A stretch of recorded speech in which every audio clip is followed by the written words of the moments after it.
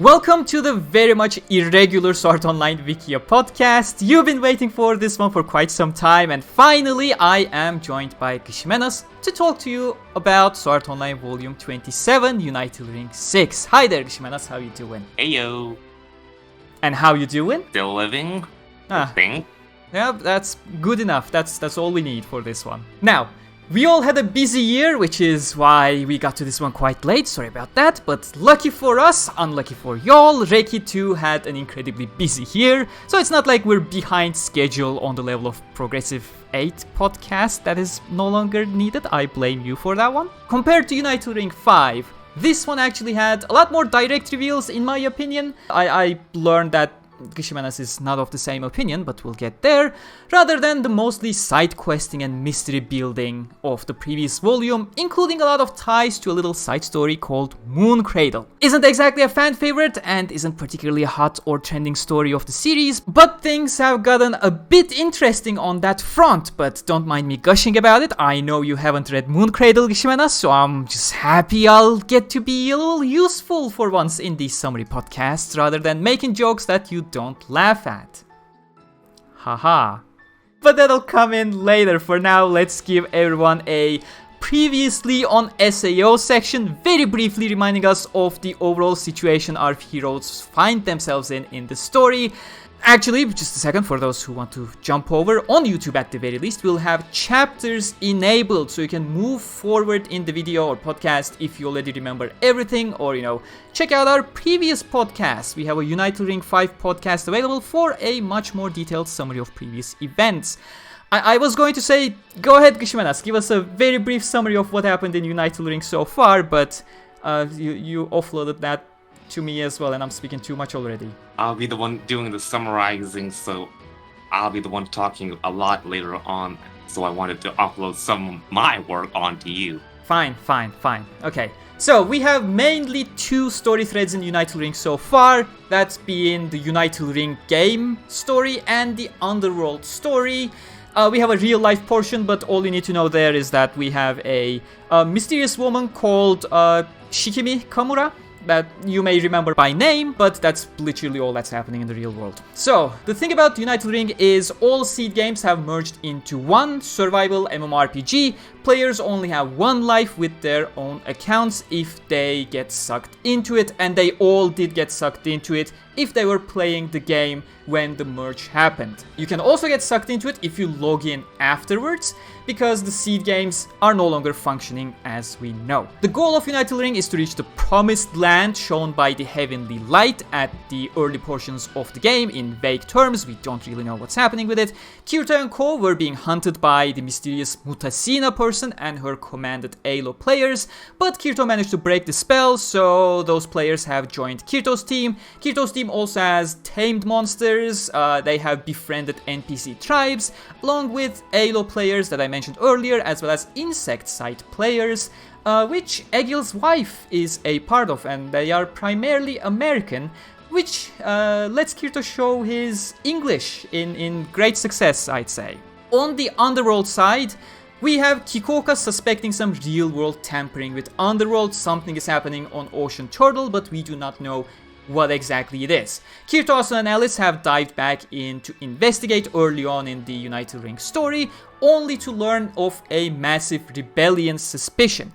With the help of Ronye and Tiese's descendants, Lorane and Stica, as well as the commander of the Integrity pilots, Eolyne Harlands, who suspiciously looks like Yu-Gi-Oh! In the last book, they managed to infiltrate a military base on the second planet called Admina, and potentially ended up accelerating the rebellion plans of the mastermind behind the shadows. They obtained the recipe of the sacred arts for deep freeze and then defreezing them, and managed to wake up Tiese, Ronye, and Selka, and that's where we left off the previous book. Did I miss anything? I'd only add that Insect Sites was one of the games that Yuki and co played, was mentioned all the way back in Volume 7. Sure, there's our Mother's Rosario cameo as well. But yeah, with that, I guess we can actually begin our actual podcast with the cover, of course. Now, the cover is a full-blown illustration of Underworld situations with Kirito kinda being sidelined again. So, Gsimenas, let's start with how is the split between Underworld story versus Unital Ring story, in terms of length or in your perceived significance of those stories? Say it's about 55 on the Underworld side, 40 on Unital Ring side, and about 5 for some real-life scenes that don't really add much to the plot at the moment. And in terms of significance, stuff happening? In terms of significance, I think the Euro stuff this volume was a bit more side dish with some ground setting for future plots. There is a boss battle, but it's basically, well, it's there, but it's not too significant. It's just something that you go through. While the Underworld side, a lot more reveals and incoming plot threads that didn't get finished up in this volume. And, well, Kirito kinda has a backside portion of the cover. Does he take a backseat? That's the question you always have to ask because people panic when they see such a cover. Well, on the Underworld side, he is kind of sidelined because he logs out, but he does still get action on the Unital Ring side, so I don't think he's actually one of the two main characters of the volume, since it's split between the Underworld side, which is almost always from Alice's perspective, and Unital Ring side, which is 90% of the time from Kirito's perspective. There's a few scenes where someone else gets the point of view, but those two are the major ones. And I imagine Selka then plays a big role on the Underworld side as well, considering she's so primarily featured on the cover. In terms of revealing some info and trivia, yes. In terms of action as in fighting, no. That's not very encouraging, being the exposition machine. And the sisterly love machine. Oh, of course, how can we forget? But that means we can now cover the timeline a bit of those 200 years. People are always so interested in the topic, but Moon Cradle never gets the attention because it's not the full 200 years. But yeah, a lot of things happened in those 200 years. Actually, I don't know how to approach this. Should I just go through bullet point by bullet point? Well, I think that you can just mention that there was an uprising of the 4 empires that had to be quelled. There was a Black Emperor thingy that was mentioned in Moon Cradle, which I haven't read, so I'm not well versed in what happened there. But it gets brought up in one of the chapters. The Order of Integrity Knights got banded. Some of the knights were transferred to a new Integrity Pilot Order, but most of them got frozen in deep freeze. That the Black Emperor thingy lasted for a whole lot of decades, and it ended after Tiese and Ronye got freezed. And some of these events we will actually touch on later in the video as well, in more detail, like the Sealed Integrity Knights, for example. A lot of people are excited for that. But that means we can move over. We finished the last book, Unital Ring VI, with this scene over here. Selka, Tiese and Ronye were awakened, and we had quite the Yu-Gi-Oh! Blues moment, so let's pick up right there. And that also brings us to the first colored illustration, I guess. So feel free to start your summarizing right about now.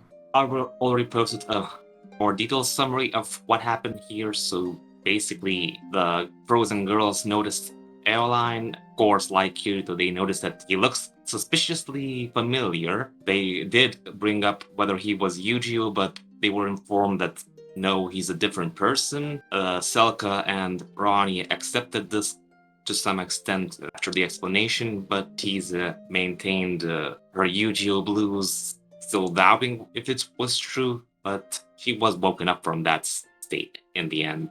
This scene ends with Kirito and Asuna being logged off because their time limit came to an end by the time this scene took place, but Alice was left in Underworld just for 2 reasons. One, for getting some time with Selka, and the other reason being that if they logged everyone off at the same time when they're clearly doing something and didn't log out themselves, Rinko was thinking that, oh, we might miss something important, so let's leave one of them aside just so that they wouldn't be removed from the scene awkwardly and then miss out something. That's very considerate of Rinko, considering that there is an entire rebellion coming. But going back to Tiese for a bit, you said later down the line she is more okay with the fact that Eolyne is not Yu-Gi-Oh?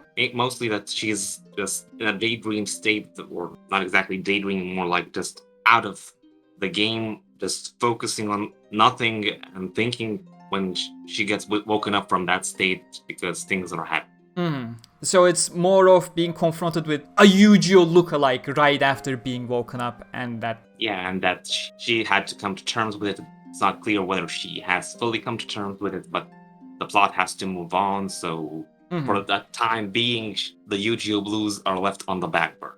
Okay, unlike for Kirito, who always suffers. It's part of the fun.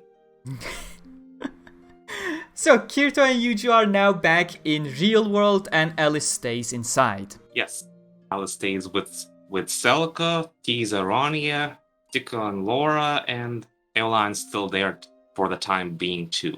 Next image? Yes, next image. I think that we covered all this illustration, and I already posted a detailed summary of the whole scene, so if anyone wants to check out exactly what happened, you could go and read it on our blog.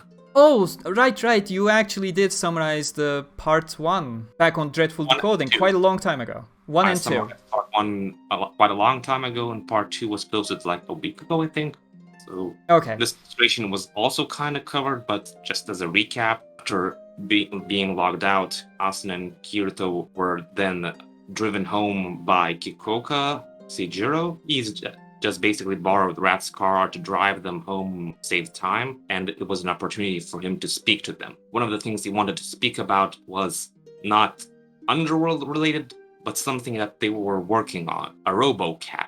They were basically, it's basically a prototype of a product that they're going to put on sale by the end of next year just to earn funds so that they'd have an easier time dealing with Underworld with some money in their pocket. I remember this being actually a big discussion back on the Wikia. Is this thing a traditional AI or an Underworld AI? It's a regular AI, not taken from anything Underworld. Okay. And this AI has its problems. While at first it seems pretty natural and stuff, the AI isn't advanced and it learns from experience, but sometimes learns the wrong things. For example, one of the problems with this cat was that it frequently started walking on 2 legs like a human because it saw people walking like that, so that's probably how you're supposed to be walking. And that's beautiful. Kazuto said that there might be an audience would be interested in a bipedal cat, but that's not the majority, so this cat has issues. They're working on a next cat model that's more grown up, but Seijiro is interested in finding an Underworld cat AI that they could use for more. Oh, so that's what that topic was about. He showed off the prototype and he's asking, could you look for an Underworld cat that, like an actual cat, not a bipedal one? And if you can, could you make a copy of it so we can use it for the art product? Now, the issue is that they can't exactly access Underworld servers because they're on the Ocean Turtle that's sealed away, but Kikoka's thinking that they could use Alice's Blacklight Light Cube as storage because the cat AI isn't a Blacklight, so it takes up far less space, and he's thinking that they could game the system and download it from Roppongi without needing to access the server on the Ocean Turtle. Literally use her as a glorified USB stick. Yes, basically. They're not using the Light Cube itself, they're using some auxiliary memory storage that they're developing for Alice anyway, so they're thinking that, well, since we have it, why not use it for something else while we're at it? Do you think this is just cat fan service, or do you think Little Cat is going to have a significance somewhere down the line? I think that this might have some significance. I'm not really sure where it's going to take from here because Kahar's ways are unknown, but I think that we'll probably come back at the very end with some plot twist or Cat saves someone somehow, not sure how. Star King uploads himself into a cat? That would be silly, but I can't rule it out with Kawahara, so... Okay, we move on, right? Asuna is driven home first with the cat. Seijiro lets her have the cat built as a kind of a birthday present.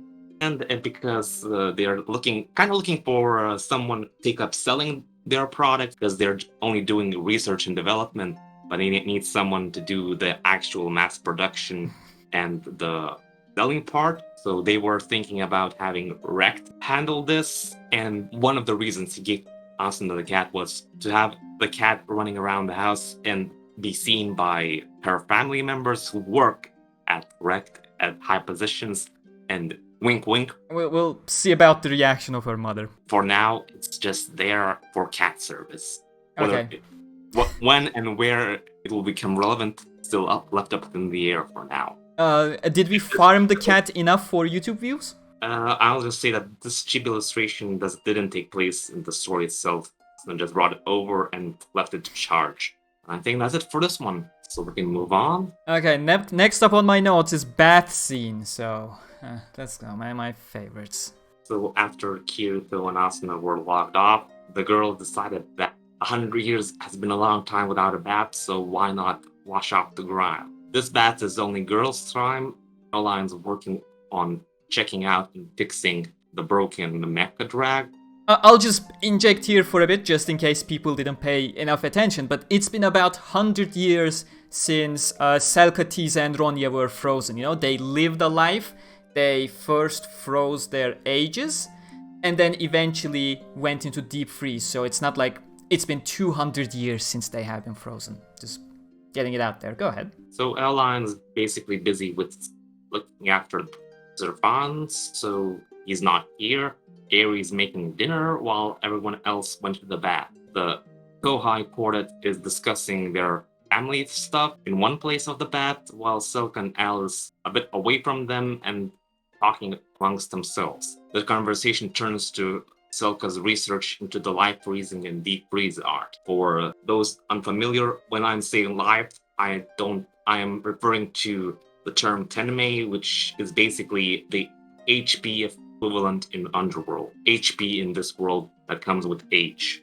The decrease of max HP, max durability. Selka developed it with Ioha, and the problem was that they were recenturing the deep freeze art for something that Star King wanted, not made entirely clear, while life freezing was developed because it was basically the foundation of the deep freeze art, so you can have the deep freeze without developing life freezing first. But he never explicitly mentioned why he wanted these arts to be rediscovered. Well, we can see that he froze all the knights, so he has some plans with them, but it's not specifically stated what purpose they were frozen for. Wink, wink. So life freezing art was basically developed as a natural side product. Then there was an issue that Tiese got married to someone who had his life already frozen, so a certain integrity knight with a green motive was stuck in Shota mode for eternity while his lovely wife continued to age, and Ronnie felt that it was a shame, so she asked Kirito if they could bring the life freezing art back for them, and it was already done. So Tiese basically underwent this art just to be with her hubby on equal terms, while Selka and Ronnie froze their age just out of friendship. And Selka also did because she didn't want to look like a granny in front of Alice. The arts in detail were discussed in a different chapter, but they were brought up first at this part of the story, so I just thought I'd bunch it up in one place because it doesn't get relevant later on. I guess we're done with this unless you have something to ask here. No, you clarified that is Alice in the picture rather than Asuna, so the fan base can now know, rather than speculate about it, that is indeed Alice. Same face syndrome. Just like Kirito and Yu-Gi-Oh! In certain illustrations where you can't tell which one is which. While Kirito and Asuna were still on the road back from Underworld, Unital Ring Gang continued trekking forward. I'll remind everyone that the last volume, the Unital Ring Gang defeated a boss blocking the road to the next stratum of Unital Ring. They still had to go upstairs dungeon that's basically like a labyrinth tower, but only like 8 floors. So while Kirito and Asuna were busy, the gang continued trekking onward, and when Kirito and Asuna logged into Unital Ring, they only found Elizabeth. The town had a huge influx of new players, so there were some changes around, such as removing gates around their house because people kept trying to barge in, and they developed a network of tunnels just to get around the unneeded publicity. And then Elizabeth took them to this dungeon where they caught up with the raid party just as they were about starting their battle against this boss. This boss is named the Statue of Power Da, and it's a tough golem that doesn't have any apparent weaknesses. Any strikes don't really phase it. So the raid was having a lot of trouble with it. So the battle goes on as basically a sequence of events is that when Kirito arrives and sees that there's no weaknesses visible to them, looks around the room, finds that there are some lamp jars that act like lamps inside the room. Then initiates, but some of those lamps aren't lit. So he asks Xenon to shoot those, and the oil pours out and collects itself at the middle of the room. When the oil builds up, it makes a big puddle. So their plan was to lure the boss into this puddle where it slips and reveals that the weakness is on its foot. So they have several ranged players such as Yui, Argo, and Xenon fire at it, while everyone else is running around the puddle. So when the boss stands up, it tries to follow the players, and as it turns, it slips again and falls back down again, so that allowing them to shoot it again. What does Klein do? I can see him in the back. He has to have a role. Give us Klein info. He participates in the battle and responds to Kirito's orders in a few times, but doesn't contribute too much to the battle on his own. That has to be a lie, but I will take your word for it for now. So, I'll also mention that Yui unveiled a trophy from her corner battle. She got herself a bow. She could use magic, but the oil and fire don't really mix together well, so she turned to her new bow. And apparently she's a gifted archer because she finds it far easier to calculate archery shots than her sword swings. And what does she shoot at exactly? She just shoots arrows. Does she never try to burn the oil and see what happens? The boss is... No, they're using oil to make the boss slip, and they're running around the oil, so shooting fire at it could go boom or engulf themselves in flames and stop them from being able to do anything about the boss. And this is a raid party. My first instinct would be make it slip, run away, and torch the oil. Well, hard ass, and only its foot is a weak point, so it's more efficient to just keep it down, but make it slip and keep it down than to shoot the oil once and then have nothing to defeat it with. Yeah, Michael Bay is not proud, I'll say that much, Ricky. And that's about it for this battle. It's the one of the two major battles of Unital Ring in this volume. Well, they're making some progress and unlocking the second stratum of Unital Ring. And we still don't know, what's waiting them on the other side. What they are progressing towards, really, is just progressing. We do get to see what's in the next stratum, schematic representation of the Unital Ring structure. Oh, yeah, but what I meant was, we have these 8 floors, I believe you said, stratums, and at the end we don't know what awaits them. The 8 floors are just the dungeon that is basically the stairs leading from one stratum to the next. It's just the stairs that lead from one to the other. It's not the amount of stratums that are in Unital Ring. Okay, so explain to me I'm 5. What's at the end of the dungeon that they're in right now? The end of the dungeon is that they climb 200 meters above where their starting point is, because the next stratum is higher up than where they started off. It's impossible to climb. It's a steep cliff otherwise. Okay, so I will cut this thing here because I am confused myself. I have been confused about this since the previous podcast, in fact. But I was hoping the more I learned, it would make a little bit more sense. What's actually happening here? In what terms? they started from their starting point. In fact, let's... Okay, let's have a look at this here. This was their starting area, GGO Alo insect site. That's the first layer. And then I'm gonna imagine the grassland, snowland, forest is like second layer. So the goal of the game is reaching the center, right? Center that was highlighted with the aurora thing. And that's why everyone saw a different direction when they saw the lights at the beginning of the game. Yeah. Okay. It's literally like any battle royale game that forces players towards the middle to create congestion. Pretty much. With mid bosses hindering their routes, so only certain games have managed to reach the second layer. Should I be suspecting something is going to happen to the outer layer at some point, like those other battle royale games that we know of, whether it be Fortnite or whatever? Currently, no hints for that. Okay. Correct. So you can still, as far as we know, stay on the outer layer just fine. You just won't win the game or anything without any harm. And you can go up and then go back to resupply and go back up again. So people who have bases near the stairs have an advantage. Looking at Halo specifically, where Kirito's base is basically just a couple of blocks away from the stairs. Basically. Okay. You know what? I'm actually gonna keep this portion in the podcast because it has been very helpful for me, and I hope it'll be helpful for other people as well.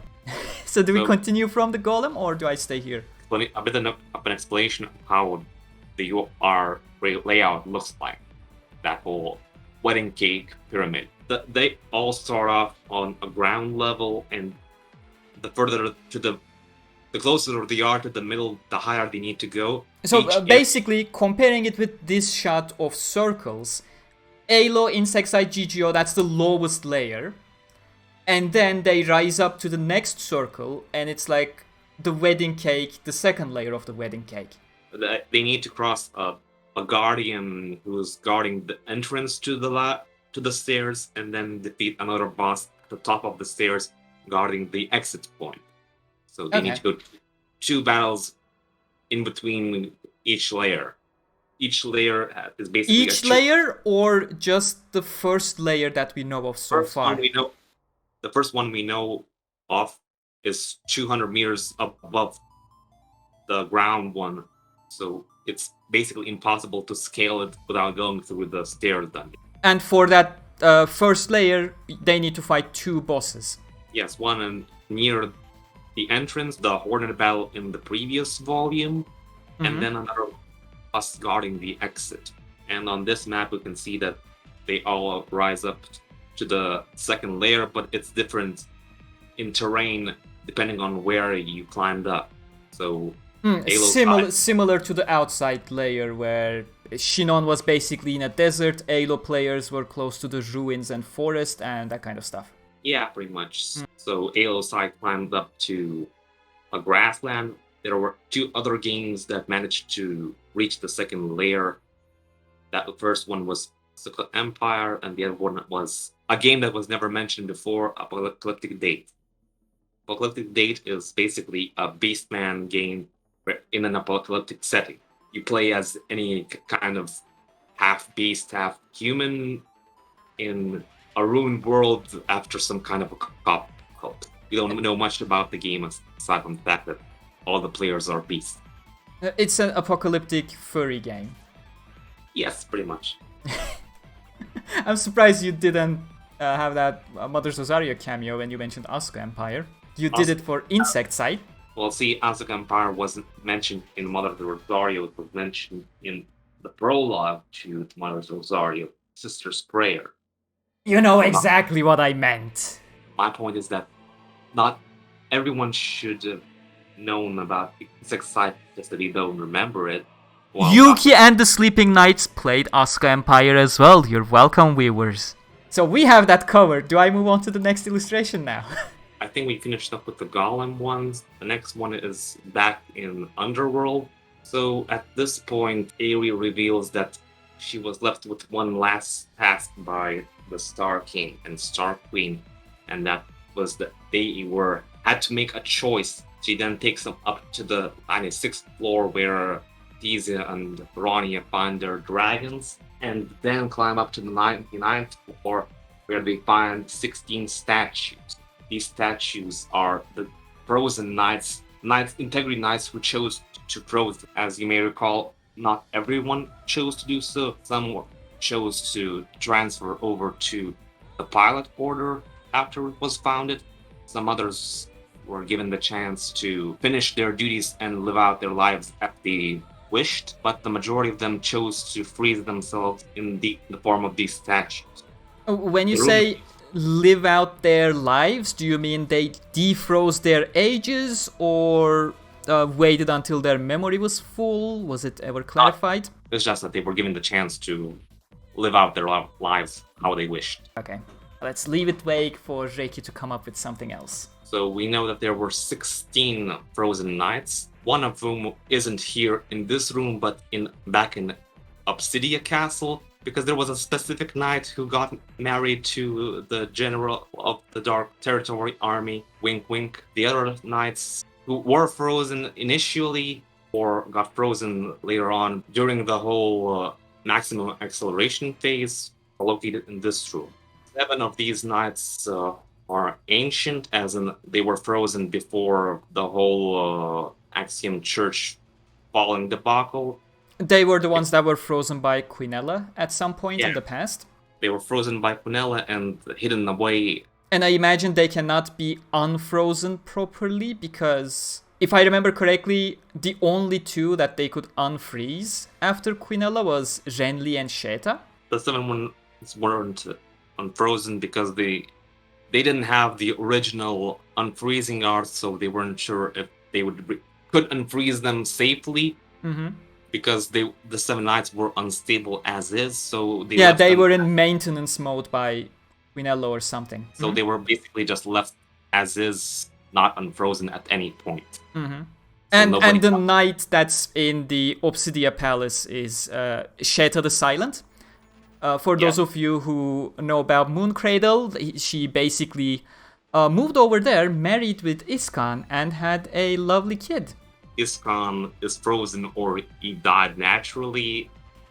That wasn't mentioned. It was just only mentioned that Shada's not here because she was frozen elsewhere while the other knights are here. Mm-hmm. And they can be unfrozen. And aside from the 7 that were ancient, they can be unfrozen at any point as long as they recite the defreezing art or make the art into potions and then just pour on them. Kirito and Asuna from the maximum acceleration phase left the decision whether to unfreeze these knights or not to Alice, Selka, Tiese, and Ronye to decide.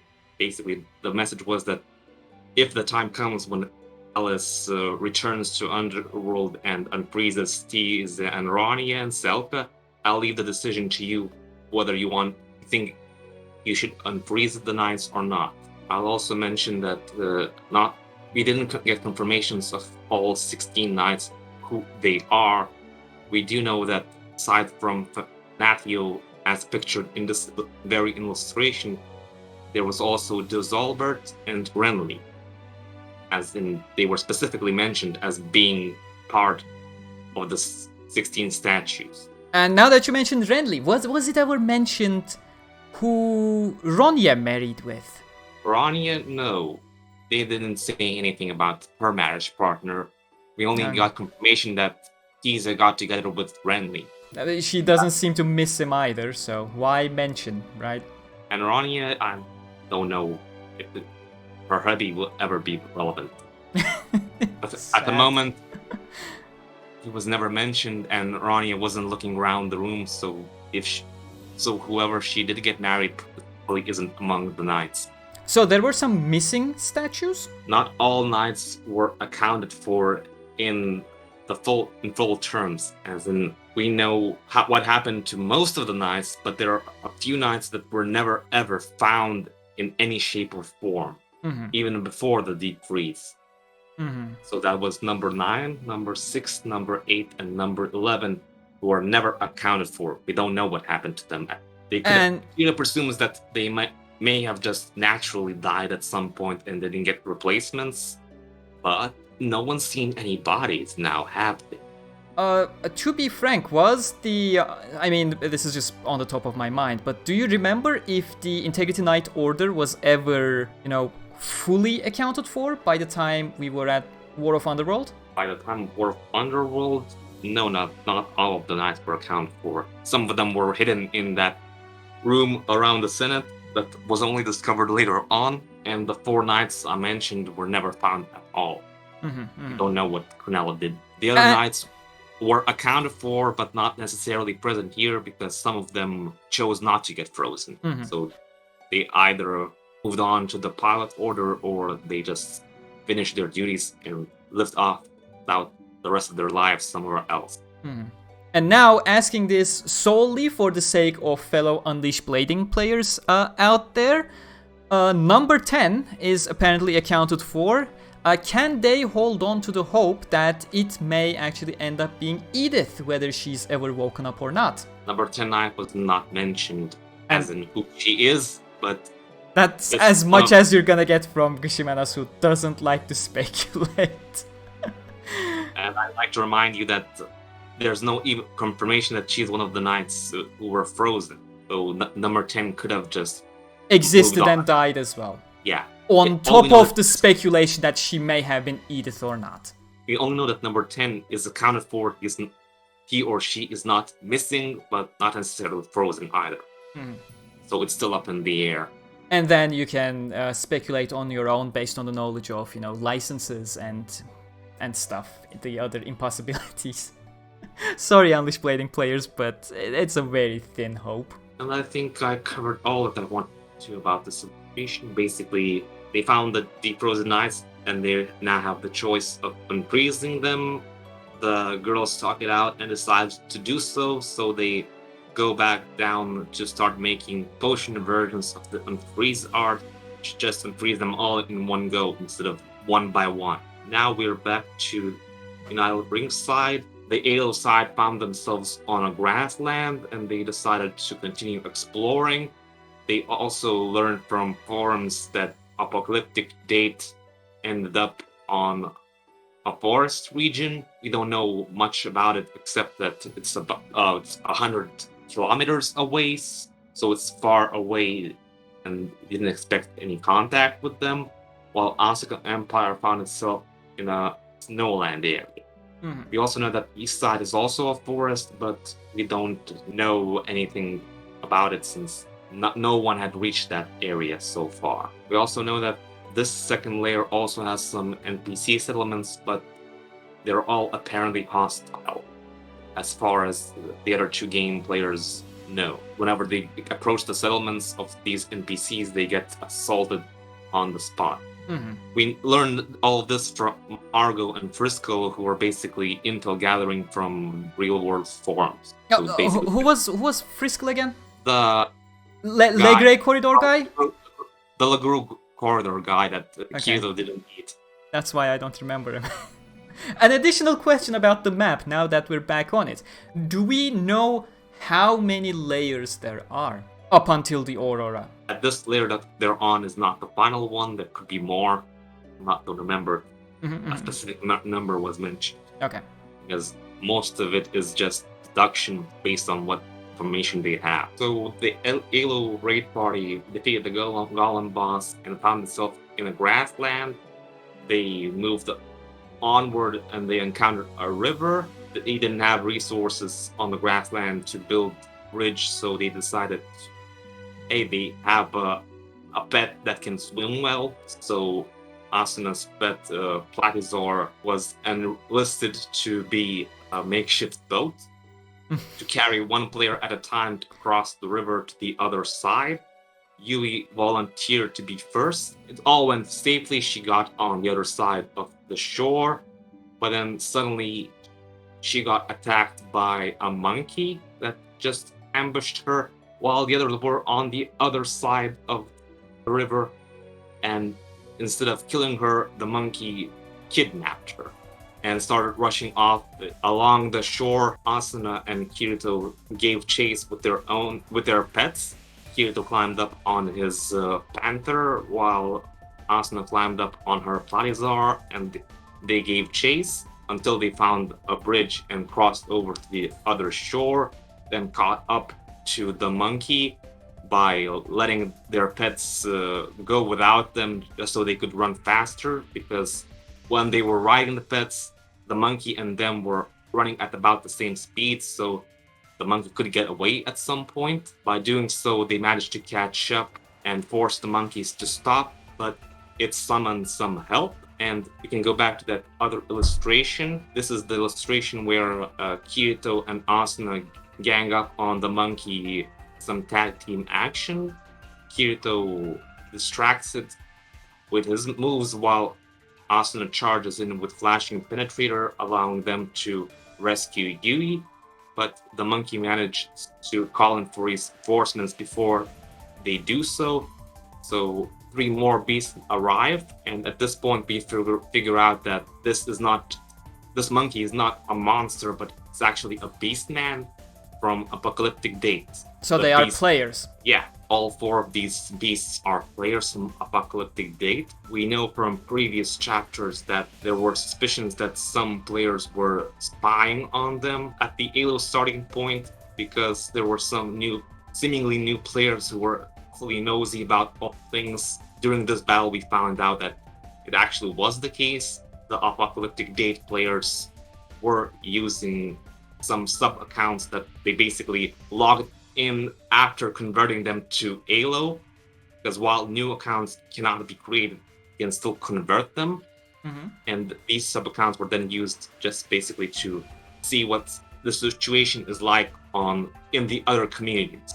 So Kirito and Asuna defeated these beasts, but before they could strike the final blow against the toughest guy there, the beastmen gave in and threw away their weapons. And then they explained that they kidnapped Yui because when they climbed up to the second layer, they ended up in the forest, but the forest was populated by Dark Elves who attacked them, and they apprehended some of their fellow players, and now the Apocalyptic Date community couldn't rescue them. Basically, the elves were awfully powerful and hard to deal with.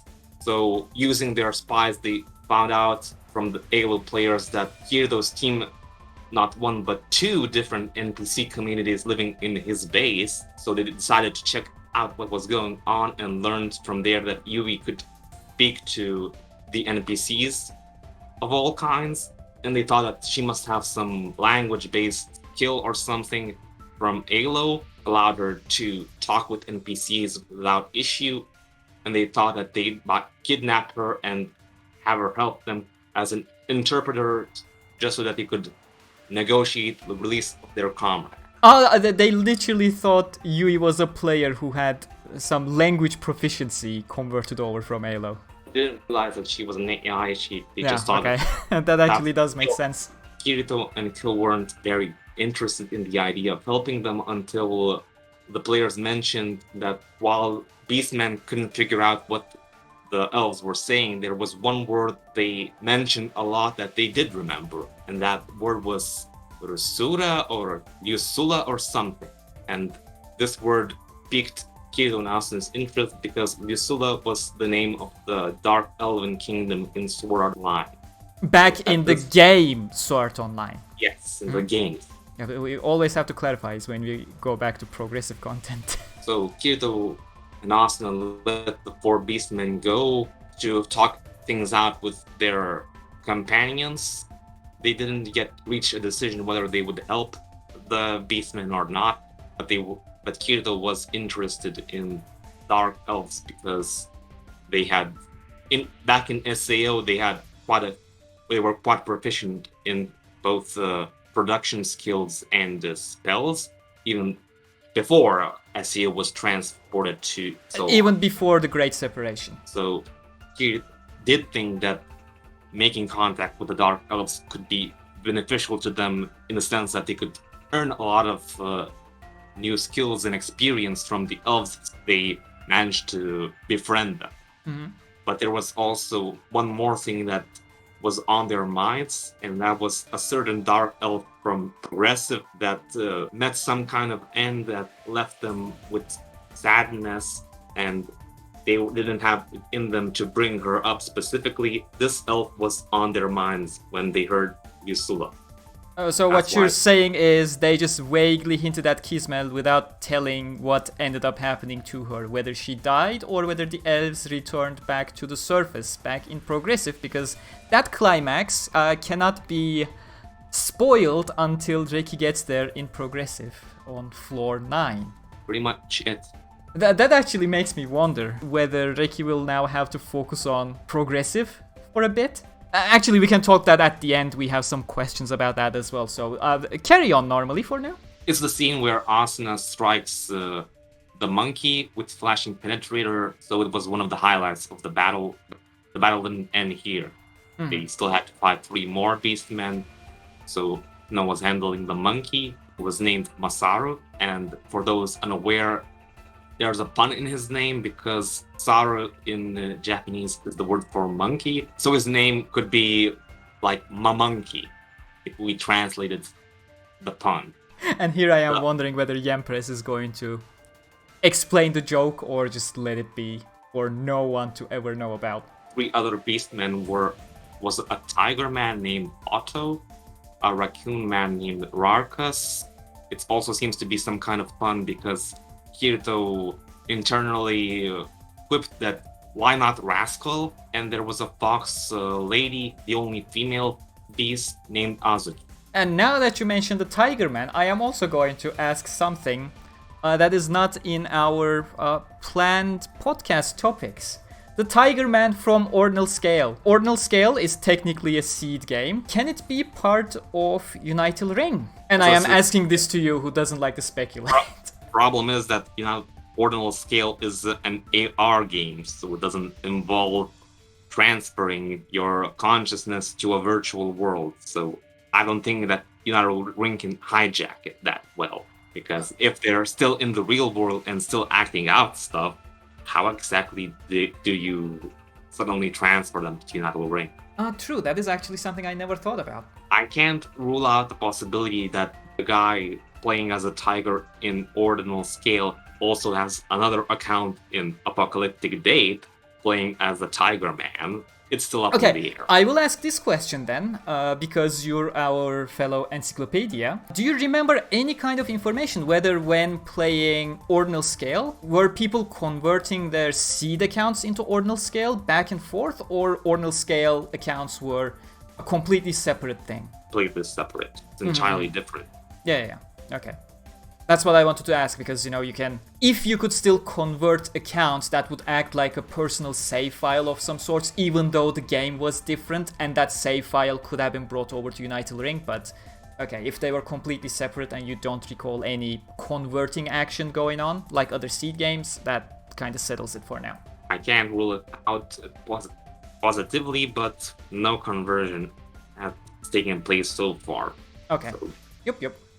That's more than enough. So we move on to... Oh, wait. We actually do have a question here about the nature of Yui. This is actually coming up quite often because people have a single life in Unital Ring. So when you lose your life, your account gets... First off, I'll ask, does your account get deleted or you just have no more access to Unital Ring? Was it ever clarified? All we know is that people cannot log in their accounts if they die. What happens to the account? Who knows? Okay, because that's the kind of thought process that led to a lot of people thinking that Yui, she's an AI, and if she dies, if the account gets deleted and all that kind of jazz, Yui may end up dying. So based on that, we have no reason to believe that Yui will somehow end up dying, right? To remind you that Yui isn't stored on some game server, she's stored on Kazuto's own servers, so there's no reason to assume that she'd be deleted. Exactly, so the most we're looking at is she'll just lose the game account. Exactly. She would lose her navigation pixie account. Okay, so we have that settled. So we're back in Underworld, and while Unital Ring Gang was busy fighting, Alice, Selka, and the other girls had another dilemma on their hands. At this point of time, Eolyne and Stica and Laura had already returned to the Star Force base because the girls had a curfew while Eolyne had to work on something else. So that only left Alice, Selka, Tiese and Ronye, and Aery, the Central Cathedral. At this point in time, Alice and Selka were working on the potions to unfreeze the Integrity Knights. They had already finished 5. They needed 5 more for the Knights, and 1 just to have a spare in case. In the because meantime, 7 were the originally frozen ones by Queen Ella. Yeah, that they decided to leave alone for the time being. In the meantime, Aery went out to make food because when the Knights awake, they'll probably want to eat something. While Ronye and Tiese went down to find and clean up some rooms for the Knights to use. Wait, what was that logic? They will want to eat. Are they actually conscious when they're frozen? Is that what that implies? Not necessarily, but I'm not sure what the logic. But the logic was that they might want something to eat when they're woken up. And since Aery is not helping with the potion crafting, so she went out to make more lunches. I mean, technically, I can understand it, because what happened with Berkuli back in Alicization when he was frozen by Chudelkin? He did consciously know Alice had come to the bath and broke himself out of the freeze, so this is a complete tangent that has nothing to do with the story, but the implication kinda makes sense, I guess? I guess. Yeah, don't make me confuse you, go ahead. Eolyne and his subordinates went out back to the base. The others were busy with something when suddenly the cathedral was attacked. Alice and Selka were at the Morningstar lookout so they could go to the edge and see that there were 3 mecha drags in the air next to the cathedral, and they were firing when Aery came up and explained that, well, they learned that the mecha drags were using incarnation weapons. Since they were incarnation weapons, they had the property to override traits. So while the cathedral was technically impregnable, any damage done to it would just be repaired. If they were hit with enough incarnation weapons, the mecha drags could destroy that part of the cathedral eventually. Technically overpower the regenerative abilities. The regeneration abilities were basically nearly disabled because they weren't functioning properly. Oh. Any damage done was barely repaired, even though it was repairs were supposed to take far faster than they used to. So basically it doesn't even regenerate. It's not that they're overpowering the regeneration. First shots may have been overpowering it, but even when the mecha drag stopped shooting, the damage wasn't very much repaired. Mm-hmm. So okay. Possible that it was interfering with the repairs themselves because of incarnation. We had something similar with Istal, whichever one to pick for the English version, but his weapon was completely nullifying all that kind of stuff as well, right? So it may be something derived from it, perhaps? Well, it was mentioned as having existed even by regular cops in the world. It's not something that's unique to Istar or these mecha drags. These weapons just exist and everyone knows about them. Okay. That if you could recall, when Kirito used his own incarnation, the cops thought he was using an incarnation weapon. It's just range was just that high. As high as basically the equivalent of a nuclear weapon in this world. Yeah. I remember that scene. That was a great scene. They see the mecha drags firing at the cathedral, but after a few shots, they stop, and the middle mecha drag that's shown in this illustration displayed a hologram of a man, and he introduces himself as Agmarl Wesdarath VI. He's basically the descendant of the Western Empire's imperial family. And that means I'm taking over, I guess. So the thing about Moon Cradle is, which makes this a direct sequel, technically, to the events of Moon Cradle and rendering Unleashed Blading non-canon for definitively, is that back in Moon Cradle, we had if you remember from the timeline at the beginning, which should be on your screen right now, we had this thing called the Rebellion of the Four Empires. And what happened there is, after Queen Ella was dead, the emperors were quite displeased about how their authorities were being taken away and decided that the Unification Council was not a legitimate source of authority. So, based on the Taboo Index, they could interpret it in a way where they went, yo, you're not the authority, you're just taking power from the Axiom Church, we're gonna fight you. So they were able to fight the Unification Council, supposedly fighting for the Axiom Church. The rebellion was quelled, and 3 of the 4 emperors were killed. Confirmed killed. Whereas the 4th one, the Western Emperor, Alderès Wesdarath, his residence was completely burnt down by Fanatio's heaven-piercing blade, so his body was never found. The story of Moon Cradle, consistently made teases about how the Western Emperor was still alive, especially with the ending of it, where the gem that was on the crown of Emperor Vecta, that was used as a catalyst for some shenanigans in the Moon Cradle, lifted up from the ground and flew over to the western side of the human empire. Even Kirito couldn't hold it in his grasp. So what's happening here is basically the confirmation that Fanatio screwed up, the kill for the Western Emperor was never confirmed, and the entire Black Emperor storyline, the rebellion, etc., all that clash, ties back to the lineage of the Western Emperor. And that brings us over here where the, Agmarl the 6th come in here to basically continue the storyline that was over for 200 years. That never had a conclusion 200 years ago, actually. That's the gist of it. You can wake up, Gsimenas. Mentioned that the Black Emperor's stuff kind of ended about 30 years after Ronye and Tiese were frozen. But and about 100 years after the events of Moon Cradle, yes. But as we're seeing right now, it was never actually over.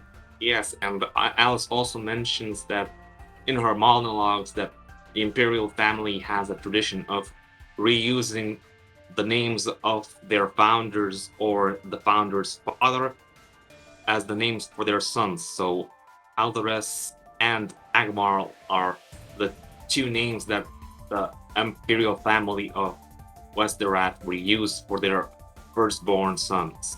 Oh, so it constantly, shuffles between the 2? Yeah. Like the grandfather of Agmarl is also going to be Agmarl? Yeah, pretty much. That's why it's the 6th in this case, because the name is just handed down all over and over again.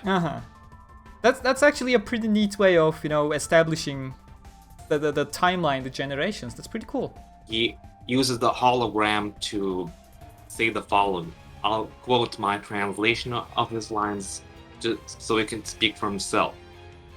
So he said, "To Central Capital Centauria, as well all inhabitants of 4 empires, I am Emperor Agmarl Wesdarath VI, the rightful ruler of all human empire. O illicit occupiers of the Central Cathedral seal floors, you must have already achieved comprehension of the offensive capabilities of my mecha drags. I shall bestow you 10 minutes of grace time. You best use this time to disengage all defensive walls and swear your allegiance to me, or else I shall destroy the sealed floors, leaving not a trace behind." And he's specifically aiming for the 99th floor, where the deep frozen knights are being held. So it's kind of implied that he definitely knows that the knights are there and he's specifically targeting them.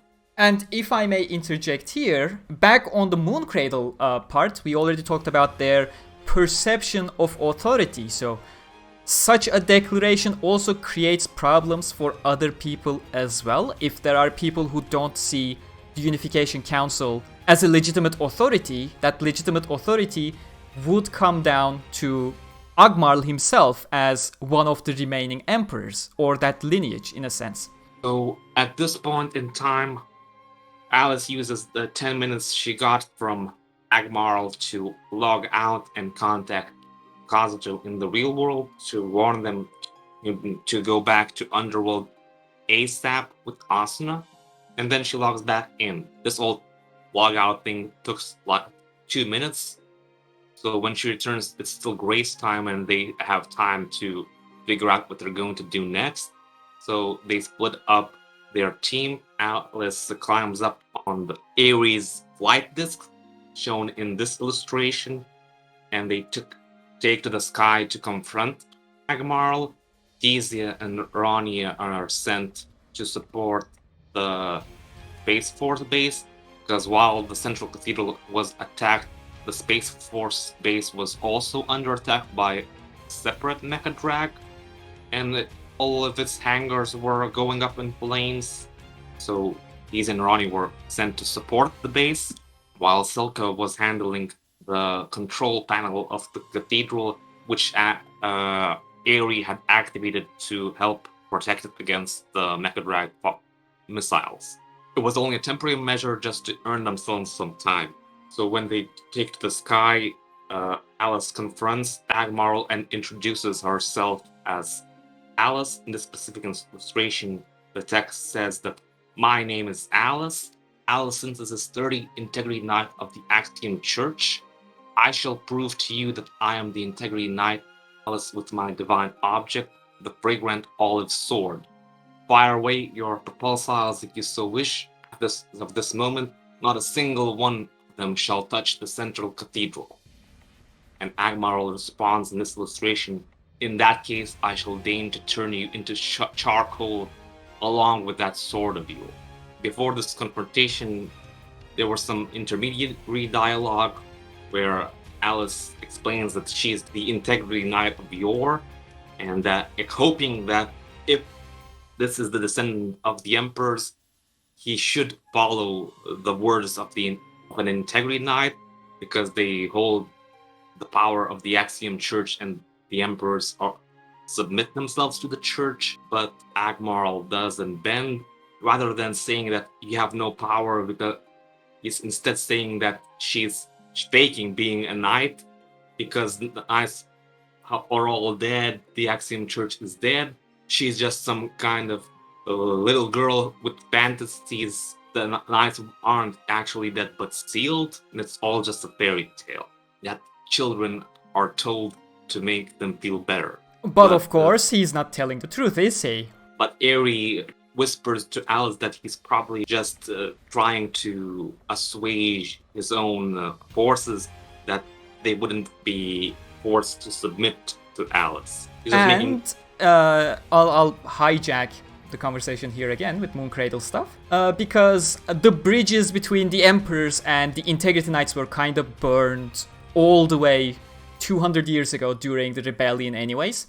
They saw the Integrity Knights as tools of an authority, so when the Axiom Church was really standing up, they were enforcing the authority of the Axiom Church. But afterwards, when the council came, they became the sort of tools of the council instead in the Emperor's eyes, and they were no longer enforcing the authority of the Axiom Church. Thus, they no longer had to bend their knees to the commands of the Integrity Knights themselves.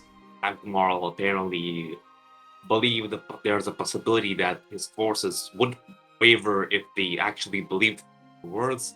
So he's just trying to basically dismiss her as no one important, so don't listen to what she's saying. Because I remind you, he's aiming for the floor with the knights. So he definitely knows where he needs to target to get rid of those who can stand up against him. He's basically trying to ensure the loyalty of his own current subjects and not believe that an Integrity Knight is truly, an original Integrity Knight is truly standing before them. I'm not sure if he believes her or not, but he's trying to remove all possibility of his forces wavering. I mean, he has to believe Alice, because all things considered, humans cannot lie. He does know that the knights actually are still around, because he knows where to find them. Exactly. Where to target them. And we can see in this very illustration that Agmarl looks a bit choppy, pixelated, and that's because it's not Agmarl himself, but a hologram of him. It's just being projected from one of the mech rack. So as I mentioned, Underworld gang split up, and Al sent Tiese and Ronye to the Space Force that was being attacked by a different mecha drag. But the mecha drag itself wasn't shooting missiles anymore after destroying the hangars. It was instead sending a bunch of monsters into the base itself. These monsters were wearing armor. They were later revealed to be minions. That those well-read Alicization would know as some tools that these are tools that were used by the territory as a weapon against the human empire. Turn to Stica and Laura making their way to the headquarters of the base to support Eolyne, who's in his office right under the mecha drag, because it was obvious that whoever is attacking them is after the commander. Stica and Laura run over there, but they encounter these monsters. They manage to slip past by a couple of them, but then just before Eolyne's office, they find 4 of these monsters, and it's just too much for them. And at this moment, Tiese and Ronye step in to save the day by jumping in through the window, and they take on 4 of these 4 monsters, 2 each. And in this illustration, we see them activating Deadly Sins, one of the more powerful one-handed sword techniques, has 7 hit combos. And I will interject that while Abeshi went with the shiny sword my diamond stance you'll recognize from the Alicization opening, what he drew is actually the Warple Strike initiation animation, not the Deadly Sins. The Deadly Sins animation you have already seen in Mother Rosario depicted quite accurately as well. I'll put it on the screen, but yeah, just to say sometimes anime does correct things as well compared to what you see in the light novels. Tiese and Ronye easily dispatch these monsters. The reason why Laura and Stica were having trouble with them is because they have high priority armor and weapons, so even their swords couldn't deal much of any damage, and these monsters didn't feel any pain, so just hitting them wasn't enough. You needed to basically chop them up good so that they wouldn't fight anymore. But Tiese and Ronye didn't have much trouble. That one Deadly Sins run was enough to destroy all 4 of these monsters. But then the monsters basically exploded and covered the hallway in goo that quickly hardened, basically creating an obstacle that they couldn't get through to reach Eolyne's office and reinforce it. If only Sheta was there to just cut through it. Would have been so much easier. But she's too far away. So before we move on, I'd like to mention that Alice tried to fight back against Agmarl, but the incarnation weapons were pretty tough, and even against her fragrant all in its armament state, it did manage to cut through the missiles, but it destroyed a lot of petals, so she couldn't keep up long. Then Agmarl fired 80 more missiles, and Alice formed a barrier to protect the cathedral as best as she could, when suddenly something cut through all 18 missiles, and we suddenly see Kirito behind them. Now, I'd like to mention that Kirito was back at his home, so Alice thought that he'd need at least an hour to get to Roppongi and then dive into Underworld, so she wasn't expecting any help to arrive this soon. And then we get a bombshell that Kirito basically had a portable version of the Soul Translator at his home. So he basically logged into Underworld from his home.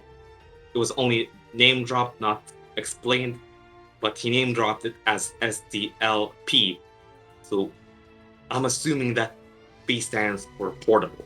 But seeing as he got there very quickly, I'm very much 100% sure that he has some kind of portable version of the Soul Translator that allowed him to skip the journey to Roppongi and come in to help right away. Okay. He did inform Asuna about that something's going down, but she's probably have to drive to Roppongi, so she's gonna take a long time to join the battle. Eolyne is fighting against the minions in his office, and during the battle, Istar arrives and just sits on his desk for about 50 minutes just watching the battle as Eolyne is struggling, but he's not doing anything.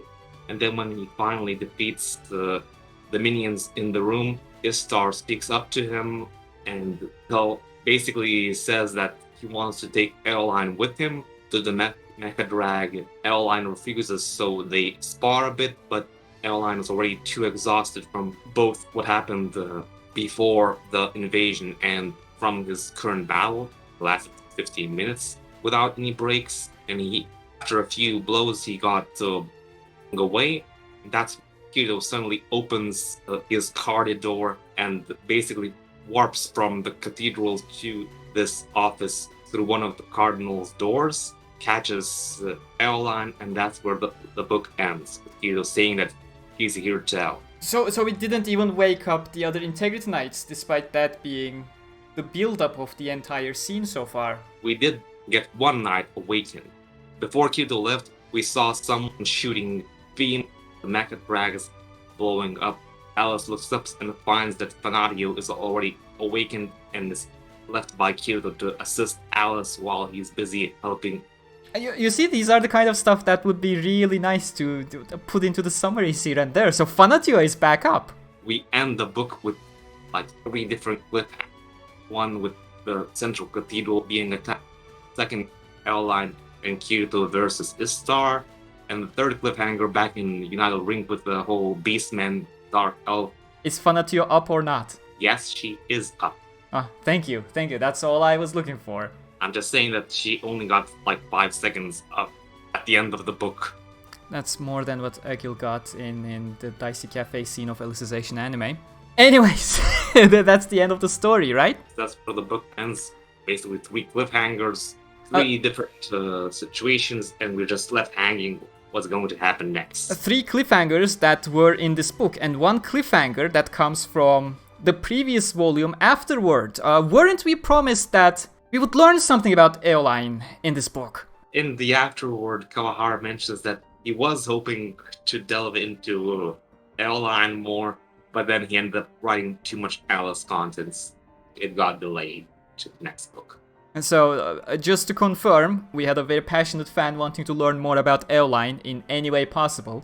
Did we learn anything at all regarding anything about Eolyne in this book?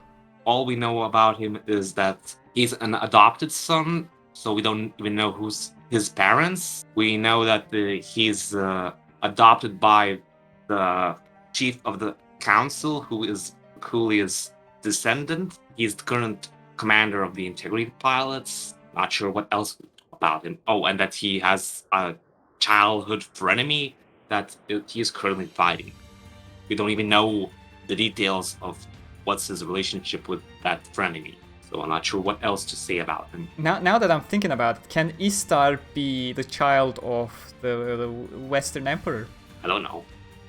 Well, if he was the first son, he'd have either Aldris or Agmarl as his name. But just hear me out now. If he was part of a ploy to infiltrate the Unification Council military, for example, the Space Force military, fake name and all that kind of jazz, sneak him in. Like his attire matches, his hair, the hair color matches. It's a better theory than speculating it is Asuna and Kirito's child based on the separation style of his hair based on a single illustration. I think I'm onto something here. We do know that they're on the same side, so... Exactly. So my theory has more credibility than the fact that he's the son of, well... Did this book confirm Istar's gender? I'll ask that. From the perspective of a character that witnessed the duel, he called him a man, but no confirmations of anything. Okay. He's just androgynous and... Still, fine. Let's move on with our fan questions. Mao from SAO Wikia, he wants to know your predictions for the next volume, aside from the fact that we know we're gonna get a bunch of other new cliffhangers, because that's just how Reiki rolls. I'm getting the feeling that Kawahara is trying to break his record on how many cliffhangers he can have in the world. I'm not even sure if Reiki even knows where he's taking this story, because it just keeps going up in size. I'm not seeing where it's going. Reiki is just doing Reiki things. I'll just repeat what I said during the Dark Elf side of things. My prediction, not in terms of content, but I actually do expect him to stop writing Unital Ring for 1 or 2 years and focus on progressive, and only after he finishes the L4 campaign in the progressive series, he's gonna return back to Unital Ring. So that's a minimum of 2 progressive volumes, and we know it's likely gonna be 4 volumes instead. I think that obligated to make 1 war book a year at minimum, just to keep the hype up. So he may be forced to continue writing before finishing progressive. The only way I can see that happening is if the next volume is solely in Underworld. Well, in a previous volume, Eolyne mentioned some way Kirito could remain in Underworld for longer, despite there being a time limit. So I'm thinking that Eolyne knows a way to activate Blacklight Acceleration. Oh, that would actually be interesting. You know, Emil would love that as well, because acceleration, Axel World. Sure. If Kawahara wanted to, he could make a few books solely in Underworld for a while. A few books, hopefully that'll be enough to give us some revelations about who Eolyne is. So I'm thinking that we could get an Underworld focus for a while if Kawahara actually dedicates himself to. Yeah, but I can definitely see that as a possibility. And it would fit with, as I said, progressive. I don't think he will continue the Dark Elf narrative without completing the progressive side of things. Personal opinion when bring the two threads together, and somehow Underworld will either merge with the Unital Ring, or there will be some kind of link between them that will allow Underworld to reinforce Unital Ring or something. But that's just my speculation. Yeah, you know, we had speculations multiple volumes ago how Eiji would be a great character to introduce into the mix. I'm still waiting. One day. Anything about Wasago, Po at all? Even, you know, low-key potential references. His body is still an ocean turtle, continues to be a mystery. We're 6 volumes into this volume. Volumes into a volume? Arc. This novel, the volume doesn't mention Wasago in any way. Okay. No reference.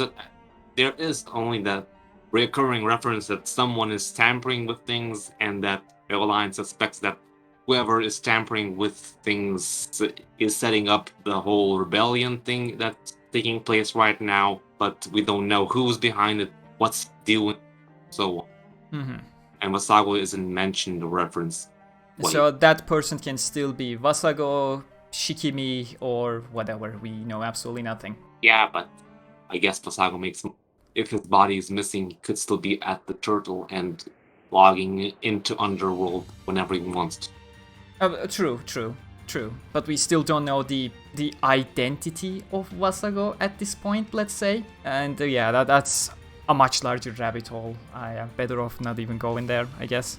And we kinda touched on this when the progressive topic came in, but and I'm pretty sure Emil would love to answer this question as well. With Demons Crest happening, Reiki Kawara's new light novel series, if you have not heard about it, fellow viewer. With Demons Crest in the picture now as well, will Unital Ring scheduling be worse? Oh my god, my progressive mentions is actually more fitting for this question than I thought. But yeah, what do you think? How would Demons Crest factor in? I'm just gonna say no, it's not gonna factor at all. Working on too many things at the same time, that's why all of the series are being dragged out, because he's just trying to fill in time until he can work out the plot threads, and he's failing at it already. So adding Demons Crest to the mix is only going to make it worse. He's already having trouble finishing up the plots. We just getting bigger, more bloated, and we still don't have any. I'm saying that we still haven't seen where this story is going, and we're 6 volumes in, so we've already nearly reached the point where Alicization finished its first sub-arc, and I'm not seeing where the climax is going to be. I mean, from my perspective, Demon's Crest here is literally a non-factor. It's just a project to, have him breathe, in my opinion. Same with Isolator, it's just gonna stay there for 4 years without a new volume, while Reiki still works on SAO, Progressive, and then Axel World a bit as well. Well, Demons being marketed are better than Isolator, so I wouldn't be surprised that he still has to release a book or so at least once a year or two. So, too bad for Isolator, it's going to stay dead for even longer.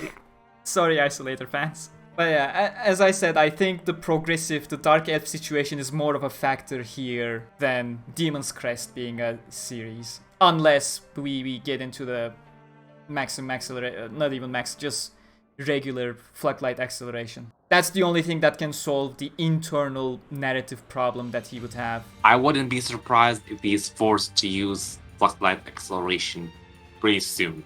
But yeah, I guess that is pretty much it. I hope you enjoyed this little summary podcast. It wasn't so little in the end. We will see you guys the next time in a year when we get a new SAO book, I guess, and Gsimenas has a chance to read it. Hopefully we won't fall into the progressive age situation again in the future, but only time will tell. Thank you very much for tuning in, and stay cool for now. Keep your cool.